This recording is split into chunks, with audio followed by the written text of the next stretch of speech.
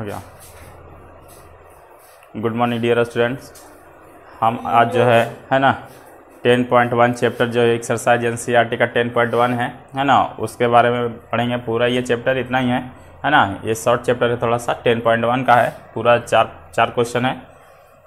ये देखिए 4 क्वेश्चन है, 4 क्वेश्चन के साथ ही ख़त्म है। देखते हैं हम इसको, है ना। कुछ ऑब्जेक्टिव है 2 नंबर में, 3-4 का ऑब्जेक्टिव है, तो हम देखेंगे। ये ऐसे 5वां वीडियो है, सर्किल का 5वां वीडियो है और लेसन एनसीईआरटी का 10.1 है, एक्सरसाइज का 10.1 है ना। तो देखते हैं इसको। बोला क्वेश्चन 1 में आपसे पूछा है ना, एक वृत्त की कितनी स्पर्श रेखाएं हो सकती है, या फिर बोला वही एक वृत्त की स्पर्श रेखाएं हो सकती है। दैट मीन्स कितनी हो सकती है। तो एक वृत्त में तुमको बताए थे है ना कि एक वृत्त जो है अनंत बिंदुओं का समूह है, अनंत बिंदुओं का समूह है। वृत्त अनंत बिंदुओं का समूह है, तो अनंत बिंदुओं का समूह वृत्त के एक बिंदु पर एक स्पर्श रेखा खींची जा सकती है। तो वृत्त के एक बिंदु पर एक स्पर्श रेखा खींची जा सकती है। दैट मीन्स अगला बिंदु पर फिर एक स्पर्श रेखा, अगला बिंदु पर फिर एक स्पर्श रेखा, अगला बिंदु पर। तो ये अनंत बिंदु से बना है, तो इस प्रकार से इस पर कितनी खींची जा सकती है? अनंत। इस पर अनंत खींची जा सकती है। वही लिखा उत्तर में, एक वृत्त की अनंत स्पर्श रेखाएं हो सकती है, क्योंकि एक वृत्त में है ना, क्योंकि एक वृत्त में असीम बिंदुओं की संख्या होती है और हर बिंदु पर एक स्पर्श रेखा खींची जा सकती है ना। तो हर बिंदु पर, यहाँ पर हर बिंदु, बहुत सारा बिंदु है जिस पर हम स्पर्श रेखा यहाँ से खींच पाएंगे, है ना। क्योंकि ये अनंत बिंदुओं का समूह है, किस कोई भी लाइन है ये भी अनंत बिंदुओं का समूह है ना। इस प्रकार से ये बहुत सारे अनंत बिंदु है, बहुत सारे अनंत बिंदु है। इतना न मिला है ना, कि बाद में तुमको बस एक लाइन इस प्रकार से दिखाई देगा, तो उसको हम रेखा बोलते हैं, है ना। तो ये भी तो लाइन से ही बना हुआ है। अगर हम सर्किल को यहाँ से कट कर दें, ये सर्किल है, यहाँ से कट कर दें, इस प्रकार से सीधा करें तो रेखा हो जाएगा, है ना। तो यह अनंत बिंदुओं से बना है, इसका मतलब हम कह सकते हैं कि इस पर अनंत स्पर्श रेखाएं हो सकती है। उसके बाद देखिए रिक्त स्थान।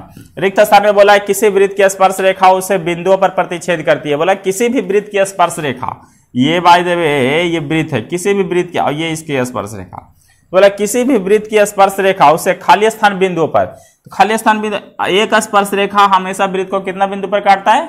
एक ही बिंदु पर, इसलिए यहां पर एक, है ना। स्पर्श रेखा उसी को बोलते हैं जो वृत्त को केवल और केवल एक बिंदु पे टच करता है, उसको हम लोग बोलते हैं स्पर्श रेखा। अगर एक से ज्यादा बिंदु पर टच कर दिया उसको बोलेंगे छेदक रेखा। क्या बोलेंगे? छेदक रेखा या प्रतिच्छेदी रेखा। तो बोला स्पर्श रेखा उसे कितने बिंदु पर प्रतिच्छेद करती है? तो एक, है ना। अगर वह स्पर्श रेखा है तो एक बिंदु पर, और उस बिंदु का नाम रहेगा स्पर्श बिंदु, है ना, जो यहाँ लिखा हो। जैसे देखिए वृत्त की 2 बिंदुओं पर प्रतिच्छेद करने वाली रेखा को क्या बोलते हैं? छेदक रेखा। वृत्त की जो 2 बिंदु पर, देखिए ये छेदक रेखा लिखे, यहाँ पर प्रतिच्छेद किया और यहाँ पर पोजीशन है, ये पोजीशन भी है ना। दो बिंदु है जहां पे प्रतिच्छेद किया सर्किल को, इसलिए इसको बोलेंगे छेदक रेखा, है ना। वही सेकंड में पूछा है, वृत्त की 2 बिंदुओं पर प्रतिच्छेद करने वाली रेखा को खाली स्थान कहते हैं, तो छेदक रेखा। एक वृत्त की खाली स्थान समांतर स्पर्श रेखाएं हो सकती है।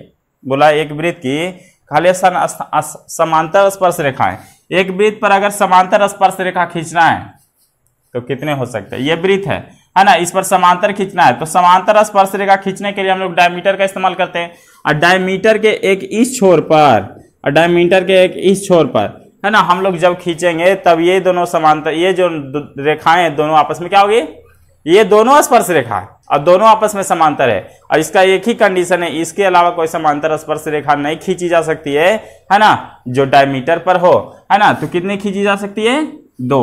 तो यहाँ पर लिखा गया 2। एक वृत्त की 2 समांतर स्पर्श रेखाएं हो सकती है, वो भी कहाँ पे? डायमीटर पर, है ना। आप कभी पूछ देगा एक वृत्त की 2 समांतर स्पर्श रेखाएं होती है, खाली स्थान होती है, तो हम व्यास भी दे सकते हैं, है ना। तो ये व्यास है ना, है ना। व्यास उसको बोलते हैं जो त्रिज्या के, सर्किल का जो सेंटर से होकर गुजरे उसको व्यास बोलते हैं। सर्किल के कहीं से भी होकर गुजर जाए उसको व्यास नहीं बोलते, इसको बोलते हैं व्यास, है ना। अगर ये सेंटर से गुजरा है तो, लेकिन यहां से गुजरेगा तो इसको व्यास नहीं बोलते, इसको जीवा बोलते हैं, है ना। कॉर्ड बोलते हैं, जीवा बोलते हैं। अगर कोई रेखा अगर वृत्त के ये सेंटर से गुजरा है तो व्यास है, ये भी व्यास है, ये भी व्यास है, और ये भी व्यास है, और ये भी व्यास है। अगर सेंटर से गुजर रहा है तो व्यास है, अन्यथा वो व्यास नहीं है और जीवा हो जाएगा। ठीक है, तो यह ध्यान रखना। उसके बाद देखते हैं वृत्त तथा उसकी स्पर्श रेखा के उभयनिष्ठ बिंदु को क्या बोलते हैं? वृत्त और उसकी स्पर्श रेखा, वृत्त है और ये बताएं वृत्त है और ये स्पर्श रेखा है, ये स्पर्श रेखा। तो वृत्त और स्पर्श रेखा का जो एक जगह कॉमन पॉइंट जहां पे मिल रहा है इसको बोलते हैं स्पर्श बिंदु, वही लिखा गया स्पर्श बिंदु। उसके बाद देखिए क्वेश्चन नंबर 3 में बोला 5 सेंटीमीटर त्रिज्या वाला एक वृत्त के बिंदु P, ध्यान देना इसमें मिलाना फिगर में, 5 सेंटीमीटर त्रिज्या वाला एक वृत्त, 5 सेंटीमीटर त्रिज्या वाला एक वृत्त है, 5 सेंटीमीटर का त्रिज्या है ना। P पर स्पर्श रेखा Q, P पर स्पर्श रेखा PQ, P पर स्पर्श रेखा है, ये स्पर्श रेखा है PQ, ऊपर लिखा हुआ है ये स्पर्श रेखा, ये स्पर्श रेखा PQ केंद्र O से जाने वाली एक रेखा से बिंदु Q पर, यहां पर बिंदु केंद्र O से जाने, केंद्र यहां है, केंद्र O से जाने वाली एक रेखा बिंदु Q पर इस प्रकार से मिलती है कि OP बराबर 12, O से P के, सॉरी यहां है ना, OP बराबर 12, सॉरी तो ये P होगा, तो OQ होना चाहिए है ना। अब बोला है PQ निकालिए, PQ निकालिए, निकालना है यानी OQ बराबर 12, OQ बराबर 12, यहां से OQ 12 है, आपसे पूछा है आपको PQ निकालना है, बोला है PQ की लंबाई बराबर 8, PQ की लंबाई निकालना है ना। तो ये सब बेस्ट है, समझाए थे, इसको मिटा देते।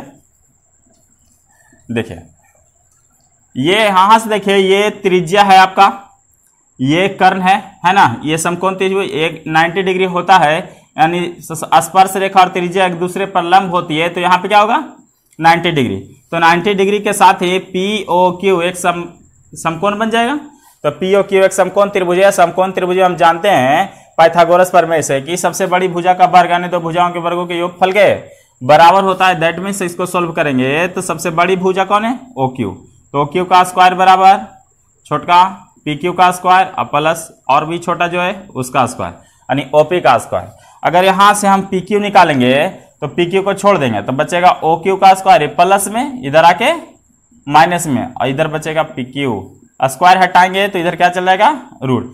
PQ का फॉर्मूला हो गया OQ स्क्वायर माइनस OP का स्क्वायर, वही लिखे PQ बराबर OQ square minus OP square, Pythagoras प्रमेय है ना। और OQ का मान कितना है यहाँ से 12, तो OQ के सामने 12 रख दिया, स्क्वायर तो स्क्वायर, माइनस का माइनस, OP की जगह कितना है 5, OP की जगह में 5 रख दिया, 12 का 144, 5 का घटा कितना है 119 सेंटीमीटर।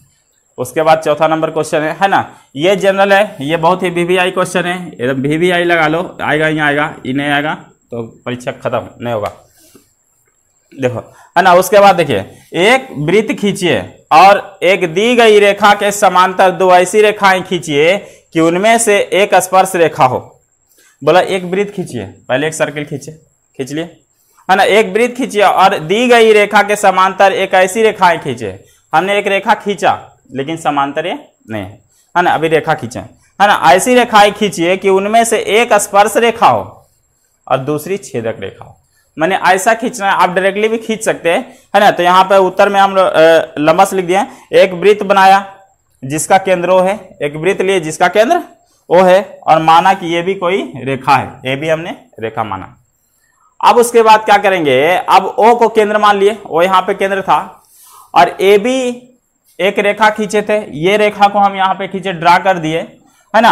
अब ये दोनों को ओवरलैप करने के लिए यहां से देखिए ये त्रिज्या है और त्रिज्या एक दूसरे पर क्या लेते, बोला स्पर्श रेखा खींचना है तो इसको स्पर्श रेखा बनाने के लिए इसको यहां पे लाना पड़ेगा।